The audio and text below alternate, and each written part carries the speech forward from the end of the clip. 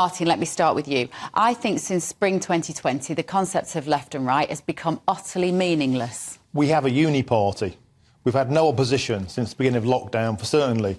When Liam Byrne left that famous note in 2010 saying, sorry, there's no money left, the country was £811 billion in debt. We're now 2.6 trillion in debt. Anybody who's naive enough to think that the Labour Party can suddenly come in and start reversing bedroom taxes, handing out more benefits. The magic money tree has been burnt to the ground. But that's suggesting, therefore, that the Conservatives have created a situation which has eroded left and right. So there's nothing that Labour can do to position themselves differently. Well, in our darkest hour, during the first lockdowns, there was an opportunity for there to be an opposition. Say, hang on a minute, are we sure about printing 500 billion quid? Are we sure about paying people to not work? Are we sure about making children wear masks? All that stuff's been proven to be wrong with the benefit of hindsight, which you and I knew at the time, I think was complete and utter nonsense. There's no evidence.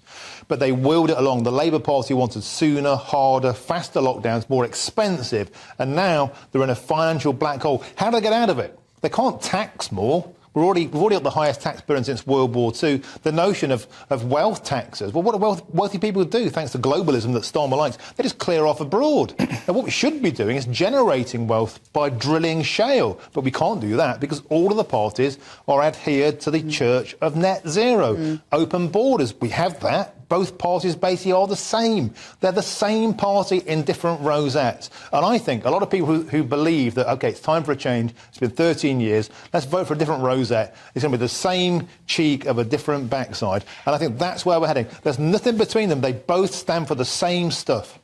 Can this all be led back, Aaron, traced back to the start of the COVID event? Because I feel before then there probably was a bit of difference between. I felt very clear about what the Conservative Party stood for. They were lower taxation, they were smaller state, they were free enterprise, they were free market competition. The Labour Party, traditionally, higher taxes, bigger state. Suddenly, the government came in and became the biggest state. I mean, they were so big, they were literally around my Sunday lunch table telling me I couldn't see my mum. And now I don't know where we sit with left and right. Is there a difference? Increasingly, I don't think there is. And I recall, in 2019, 2017, you had a profound, obvious difference between Theresa May, Jeremy Corbyn, Boris Johnson, Jeremy Corbyn, massive differences.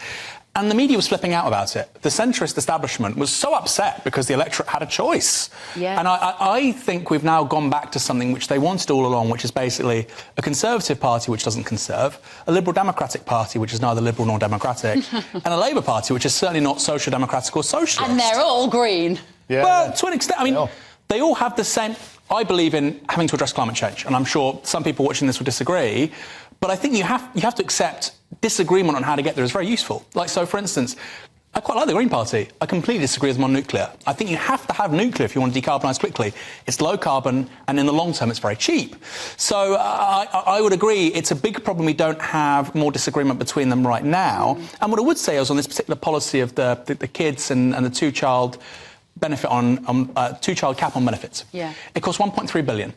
250,000 kids would be taken out of poverty if we did it. Now, people might say, waste of money.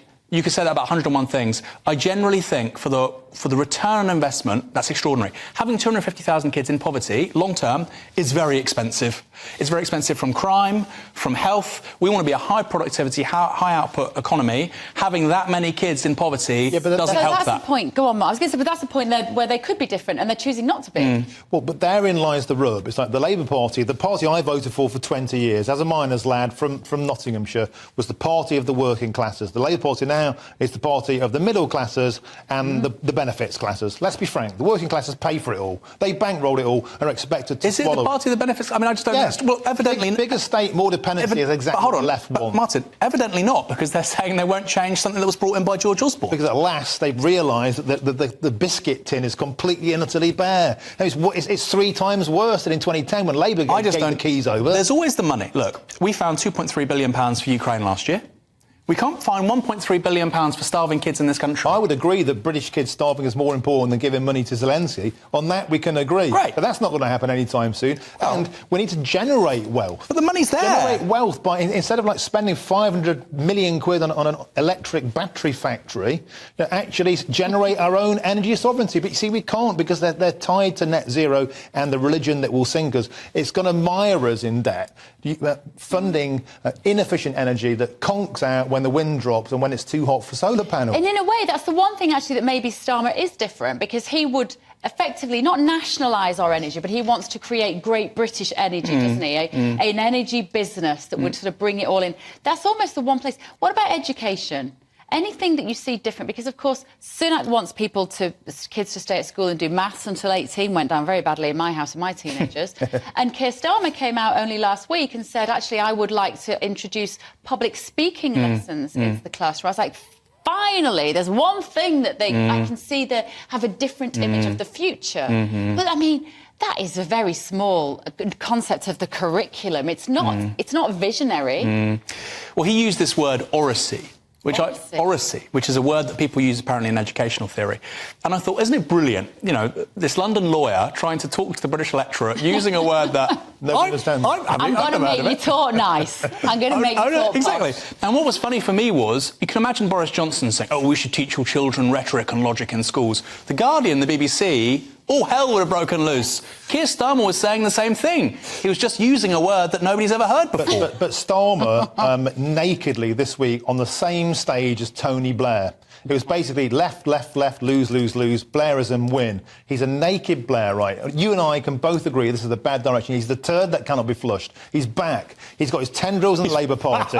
He's back. The sequel. Blair's back. He wants COVID passports. He never went away. He wants digital ID. He wants full state control. He wants biometric ID. He wants it all to be barcodes. Starmer is on a stage with him. He's in bed with him. We're going to get Blairism version 2, except we've got no money to spend on policies to get us out of this hole. Where's the money going to come from? Terrifying vision of the future. Well, Martin paints a very vivid picture. We're going to have Blairism without the economic growth, without the wage growth. It's going to be quite a harsh couple of years, I suspect. With regards to the Blair Institute, your audience is probably unaware of this. It has 850 global employees. Yeah. They have been funded by people such as the Saudis and the US State Department. And I find it extraordinary that potentially the next Prime Minister is sitting next to somebody saying, yep, I'll listen to what you're saying. Yep, I'll listen to the Blair Institute. We are looking in real time at policy capture of a future British government by an organisation funded by overseas governments, including the Saudis. And yet nobody in the print media wants to talk about that. If that was Boris Johnson talking to a former Conservative Prime Minister who had their own think tank with 850 staff, with millions coming from overseas, you can bet your damnedest the BBC, The Guardian, The World and Its Wife will be round there saying how corrupt it is. Why is this any different? Totally agree. When you put it like that, because, of course, we think about Rishi Sunak and Jeremy Hunt being the ultimate globalists. I do. I don't believe either of them will live out their lives in this country, so I think they're sort of here for the fleeting, and perhaps they're well-intentioned, but you get the impression that this government is filling suitcases with cash before they all run out the door at some point next year. But when you hear that vision of what Keir Starmer's country would look like, that we would be this tiny pinprick on this globe. He's already said he'd rather be in Davos than Westminster. Precisely. I don't like that either. No, and I think he's wearing the right clothing to fool people around things like Brexit. You know, he spent 3 years trying to cancel Brexit. He led the People's Vote referendum. Now he's draped in union flags. It's window dressing behind the mask. He's a full-on WEF globalist. Yeah. Blair's in bed with him. Blair's got his fingers in every pie around the planet. That is a direction of travel. Those who want to stick up for national self-interests, they're getting their bank accounts closed. They can't even trade.